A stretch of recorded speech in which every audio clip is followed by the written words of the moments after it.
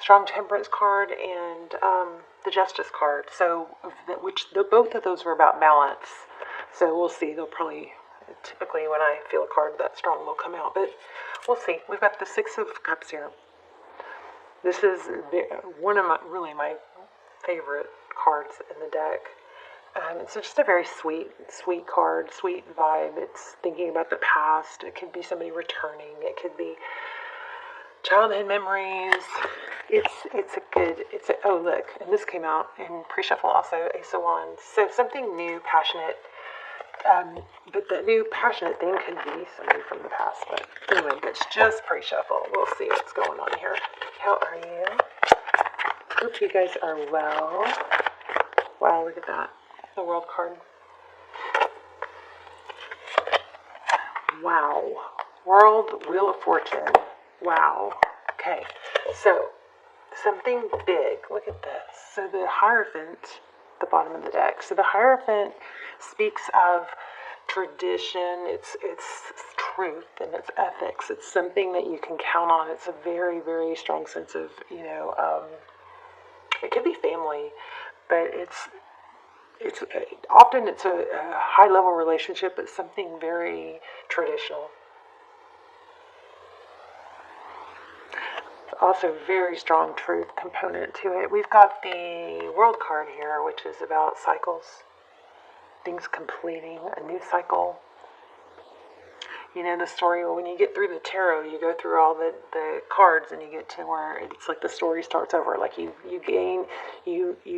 complete or graduate one cycle of lessons and challenges and triumphs, and you get to the world, and hopefully you complete it, and you get to start a new cycle of new lessons and accomplishments and challenges, and you grow each time. So that's what this World card is. So it could be that you're completing a cycle. You've experienced a whole lot of growth, and that we do have some family.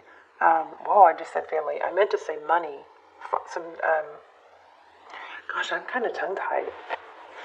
Here we have the Wheel of Fortune. This is destiny. It is about fortune, often things coming towards you that are good, positive. This is an extremely positive reading. Wheel of Fortune. Fortune. Things that are destined. There's a completion here. Something that's taken a long time. I wonder if it does have to do with marriage. Definitely a high-level situation, relationship. So the Knight of Pentacles is my favorite knight, because the Knight of Pentacles is an energy of coming in slow and stable. It's not the other knights that kind of tend to come and go. Let's clarify. Looking good.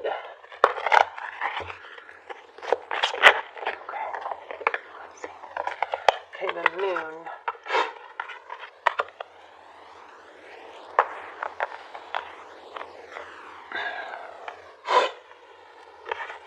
My nose just got really itchy too. Okay, so the Moon, something you can't see, could be things that are hidden, a foundation. So you may not see this coming yet, or you may not know, but it is something. You should know what I'm talking about, because it's something that you've worked for, you've put a lot of energy and effort into, and it's been a long time coming. This, again, very, very, this Four of Wands could be Twin Flame 1111, but very indicative of foundation. Why the Moon card then? Why do we have the Moon card? Ooh, oh my gosh, you guys. Sorry, hold on. That was me.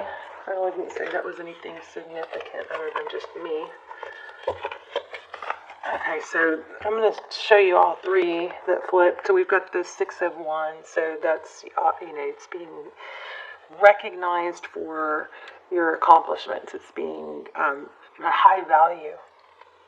It's not wavering. It's not sneaking. It's not cheating. It's a very solid substance here in this reading. It kind of has that feel of being rewarded for not taking the easy road, or just, really, maybe you're doing the inner work. We've got the Three of Swords here and the Four of Swords. So this also is very much looking like taking the time to heal is going to pay off for you in big ways.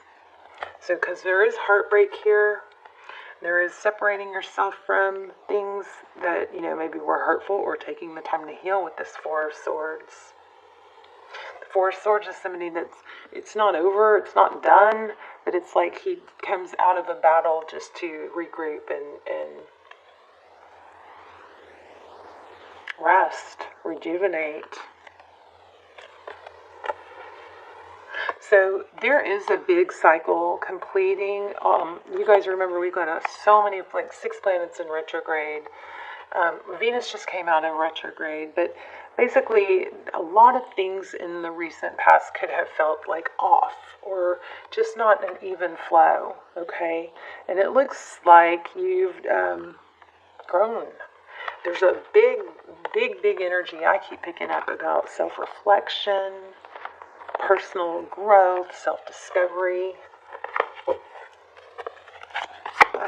Let's get some on what's the Wheel of Fortune? This is about not compromising your values. Not stooping to someone else's level, I think. Okay. Celebration, friendship. It could be cutting out gossip. I'm saying that because I just got the King of Swords. The Three, wow, these cards are so slippery. The Three of Cups, it's, community, it's getting together. The choosing friends wisely, not entertaining low vibe, gossip type bickering. I don't know. This is about, so it is about communication. I was going to say, it also is about, a gathering, a get together, a union, some sort of union, but it also, it does look like we have some communication. Oh, could be travel, actually. Yeah, there could be travel.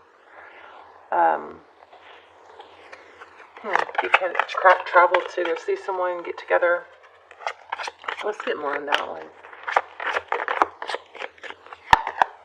There's that Temperance card I felt. Balance things out. Maintain relationships, friendships.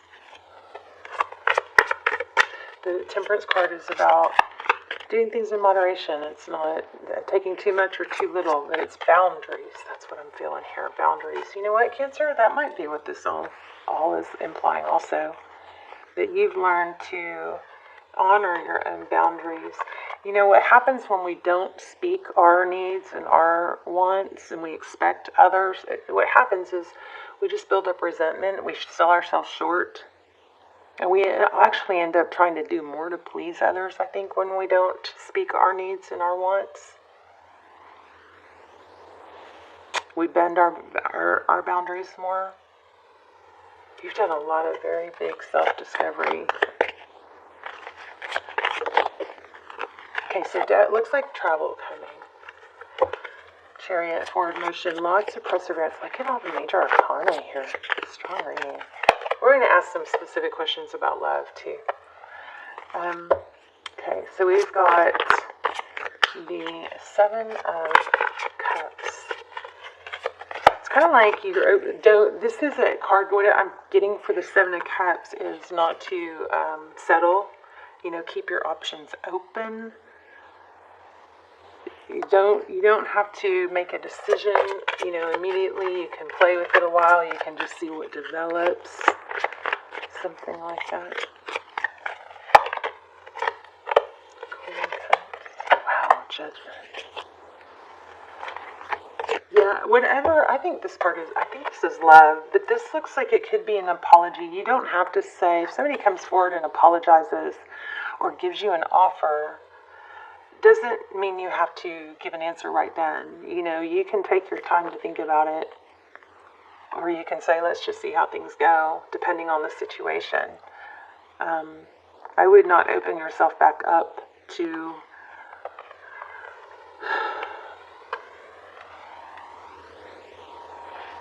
there's the Queen of Cups here. This Queen of Cups, there's a lot of love, but she's got that cup closed. It's almost like this is a reminder to keep your options open and make sure that this new offer is legit, let it have some time and some substance behind it, right, before you believe it. But I do think it's very important that there's communication, and that now that you have a new renewed sense of your value, it looks like you're going to be able to.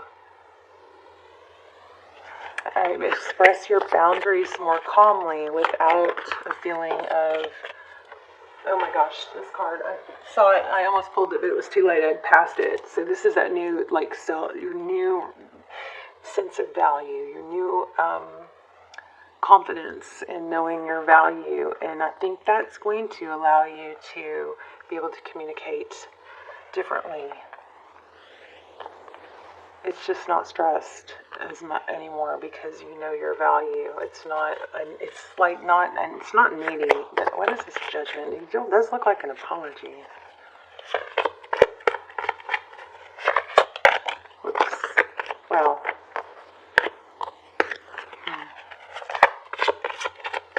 Why do we have judgment? Five of Cups.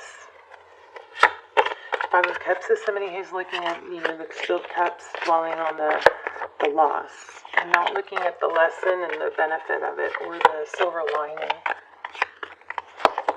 Somebody who's just really, really regretful here. Look at this, Ten of Pentacles. Yeah, somebody's waiting. So here's what it looks like. You've moved on, or you've graduated, or you've done good things. If that's not happened, then that's what you need to do. Especially if you're dealing with a heartbreak. That's where you need to be focused on your healing, what you can do to better your life, not expecting your wounds to be healed by someone else. Especially someone else that doesn't know that you have those wounds. We can't go into a relationship and expect that person, one, to be the cure for all our wounds, and two, especially if we don't even communicate our wounds, right, or our needs. If we say we were anxious or insecure, if we don't communicate that, we just expect them to be there when we're insecure, and they don't know that. That's not a feasible, a good outcome at least. But this does look like somebody has, I don't know if you've done this work already. It looks like you've already done the work, you've already done the healing, and you've grown. You've completed a cycle. Now, this person is seeing it, or if this hasn't happened, it needs to. This person then sees it and is noticing and then feeling bad, realizing what they've lost. And then they want you. Now, whether you take them back or not, is up to you.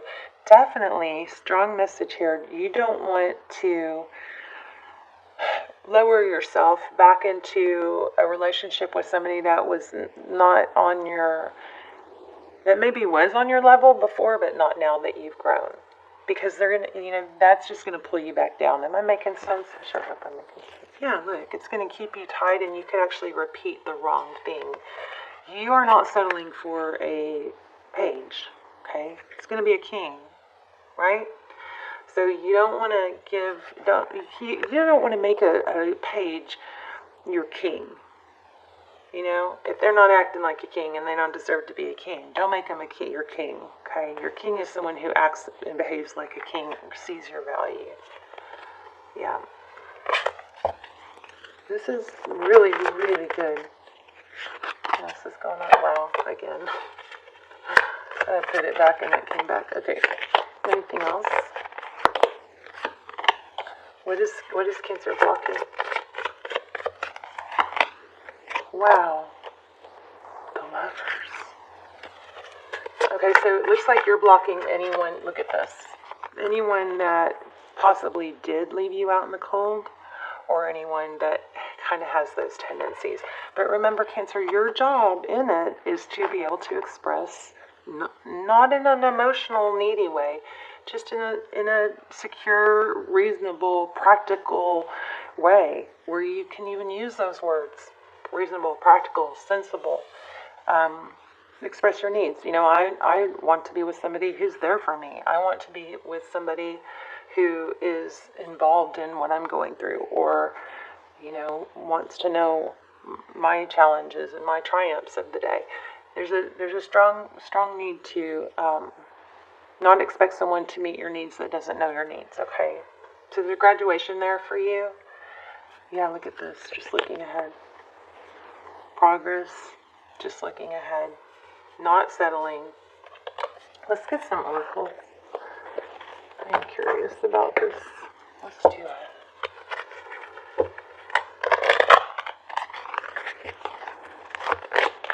Oh, wow. Okay, let me take the one that pulled. You deserve love. You are lovable. We knew that. You're going to be more in your power this next round. I just don't know if this person from your past is going to be able to satisfy playfulness. To recapture romance, allow your inner youthful spirit of fun to shine. Look at this. Clearly decide what you want so it comes to you now. Now remember, when you're manifesting love, or this person or any person, you're not thinking about them in the sad things that they did to you, or the sad things that happen. Make sure you're manifesting them in a light with a glow around it, happy. So that's another thing that could be hindering your growth, is manifesting someone to come back, but when you think of that person, you think about the sad things. Well, guess what? Guess what you're going to get more of, right? So kind of big aha moment there. So you want to be visualizing them in a playful, happy. Also, my tip for this round is sunshine. Make sure you guys are getting sun on your face, not through sunglasses, not through a window, in the morning, to set your circadian rhythm, stimulate hormones behind your eyes, okay? Don't stare at it. Make sure you're getting sunlight every day. Very hard to be depressed if you're getting sunlight every day. It's like the best natural antidepressant. I'm not saying y'all are depressed. I'm just saying, no matter whether you're the happiest person in the world or not, getting movement and sunlight is what is very, very, very important in the morning. And it will set your day. It will help set your day. Okay? Let's get one more. I love you guys, Cancer.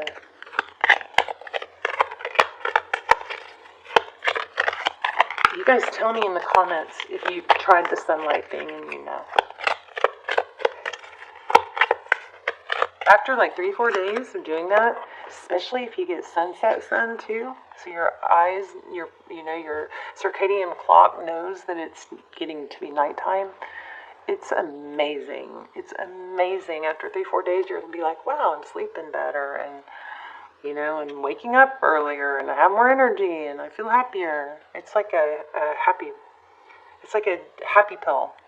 Okay, in order to change my life outside, I need to change my life inside. Once I'm open to this change, my exterior reality will begin to mirror those new shifts.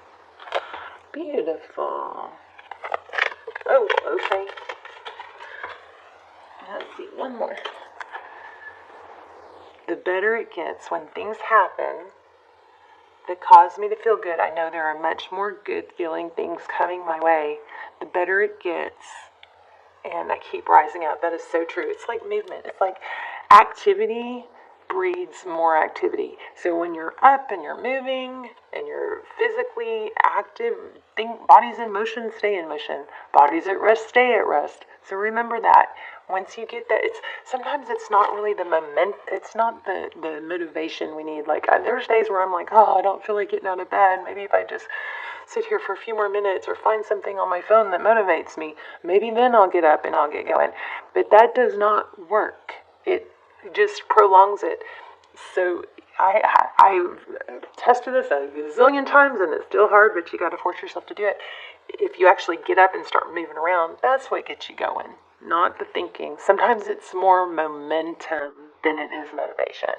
So think momentum. Whenever you're waiting to get motivated, think about